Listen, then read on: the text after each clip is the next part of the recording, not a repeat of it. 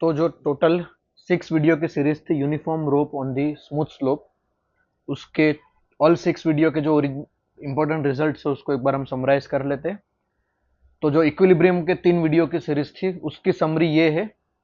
पहले तो हम पहले एजम्पशन लिख लेते हैं कि भाई ये सारे रिजल्ट की एजम्पशन क्या है। एजम्पशन ये है कि भाई रोप यूनिफॉर्म होना चाहिए, रोप यूनिफॉर्म होना चाहिए और स्लोप स्मूथ होना चाहिए, ये एजम्पशन है। अब पहले 3 वीडियो में हमने देखा था कि भाई ये जो स्लोप है उस पे ये इस वाइट कलर के स्लोप पे ये ऑरेंज कलर की रोप रेस्ट पे है।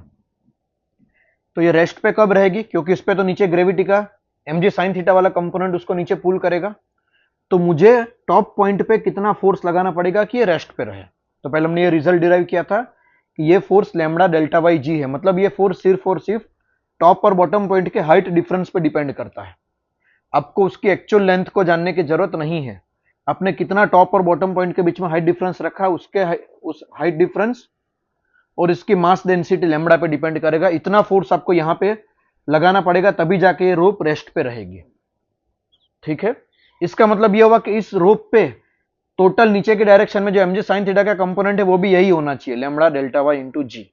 इतने फोर्स के अगेंस्ट मुझे फोर्स लगाना है ताकि ये पूरी सिस्टम रेस्ट पे रहे।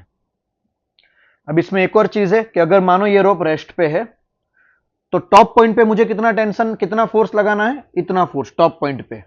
लैम्डा मतलब इस रोप की uniform mass density, Y A सी क्या है, अगर टॉप पॉइंट पे टेंशन कैलकुलेट करना है तो बॉटम से लेकर टॉप पॉइंट का हाइट डिफरेंस निकालना पड़ेगा। इतना फोर्स मुझे एक्सटर्नली लगाना पड़ेगा जिसको मैंने टीसी नाम दिया है, इंटू जी, तब जाके रोप रेस्ट पे रहेगी। तो ये तो एक्सटर्नल फोर्स की बात है। अगर मैं इसका कोई इंटरनल पॉइंट बी देखूं तो ए से लेके बी तक इतना वाला रोप भी रेस्ट पे है। तो सीधी बात है कि इस ए बी पोर्शन को पकड़ के रखने के लिए बीसी वाला पोर्शन इस बी पॉइंट पे टेंशन लगा रहा होगा। सही है, अगर ए बी पोर्शन रेस्ट पे है तो बी पॉइंट पे ये बीसी वाली रस्सी 100% बी पॉइंट पे इस तरफ इंटरनल टेंशन लगा रही होगी जो इस ए बी पोर्शन को रेस्ट पे रख रहा है। तो ये इंटरनल टेंशन का फॉर्मूला क्या हो जाएगा, तो मुझे अगर बी पॉइंट पे टेंशन निकालना है तो ऑब्वियसली इतनी हाइट कंसिडर करनी होगी। तो मेरा आंसर आएगा लैम्बडा इंटू ये वाली height delta Y A B into G, यहां से आपका आंसर आएगा। तो ये पहले 3 वीडियो की समरी है कि टॉप पॉइंट पे आपको कितना टेंशन लगाना है और रस्सी के अंदर किसी इंटरनल मैकेनिज्म किसी पर्टिकुलर क्रॉस सेक्शन में कितना टेंशन लगेगा। अब जो नेक्स्ट 3 वीडियो था जो एक्सेलरेशन का वीडियो है उसकी समरी यह है कि हमने स्मूथ स्लोप पे इस यूनिफॉर्म रोप को रिलीज कर दिया है, इसको रिलीज कर दिया है। तो सबसे पहले जस्ट आफ्टर रिलीज इसका एक्सेलरेशन कितना होगा, तो जस्ट आफ्टर रिलीज हमने देखा था कि हर पॉइंट सेम डायरेक्शन में मूव करते हैं। तो सबका टेंजेंशियल डायरेक्शन में एक्सेलरेशन का फॉर्मूला ये आया था, डेल्टा वाई ए से into G by total length A C, total length A C. तो टोटल लेंथ ए सी क्या होगी, यहां पे अगर मैं इसको अच्छे से दिखाऊं तो यहां से लेके ये पूरी जो टोटल लेंथ है एल ए सी, ये फॉर्मूला में दिखेगी, प्लस टॉप पॉइंट और बॉटम पॉइंट के बीच का हाइट गैप भी फॉर्मूला में दिखेगा। तो फॉर्मूला आपको याद रखना है, delta Y A C G divide by L A C. तो ये है पूरे रोप का एफबीडी बना के निकाला गया एक्सेलरेशन। लेकिन अगर मैं रोप के किसी पर्टिकुलर पॉइंट तक का एफबीडी बनाऊं, मानो मैं सिर्फ ए बी पोर्शन का एफबीडी बना रहा हूं, तो इस पे क्या क्या फोर्स लगेंगे, अगर न्यूटन सेकंड लॉ लगा रहा हूं तो ए बी पोर्शन पे नीचे की डायरेक्शन में pulling force plus B portion पे टेंशन, मतलब ये इन दोनों का vector sum is equal to इतने पोर्शन का मास इंटू एक्सेलरेशन। लेकिन एक चीज ध्यान रखना है, अगर ये रस्सी रेस्ट पे होती तो बी पॉइंट पे टेंशन कुछ और लगता, लेकिन अब ये रस्सी एक्सेलरेट कर रही है तो बी पॉइंट का टेंशन चेंज होने वाला है। ये समझ में आ रहा है आपको, जैसे यहां पे हमने पर्टिकुलर बी पॉइंट पे टेंशन निकाला था, ये वाला फॉर्मूला आया था। ये टेंशन अब इस केस में नहीं लगने वाला, क्यों, क्योंकि यहां पे रस्सी एक्सेलरेट हो रही है।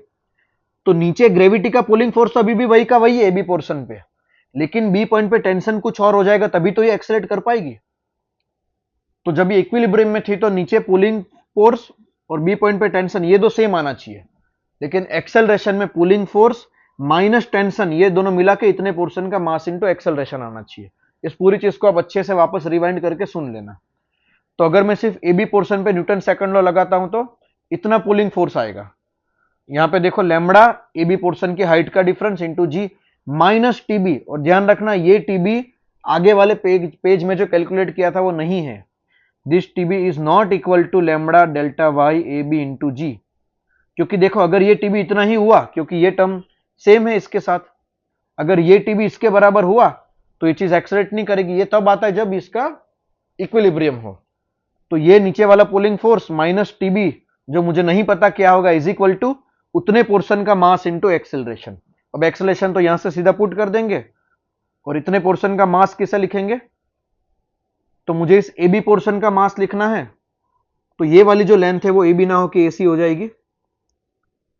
तो अगर मुझे ए बी पोर्शन का मास लिखना है तो सिर्फ ये वाली ए बी लेंथ मुझे चाहिए, ये वाली A B length into lambda, यहां से ए बी का पोर्शन का मास इंटू एक्सेलरेशन।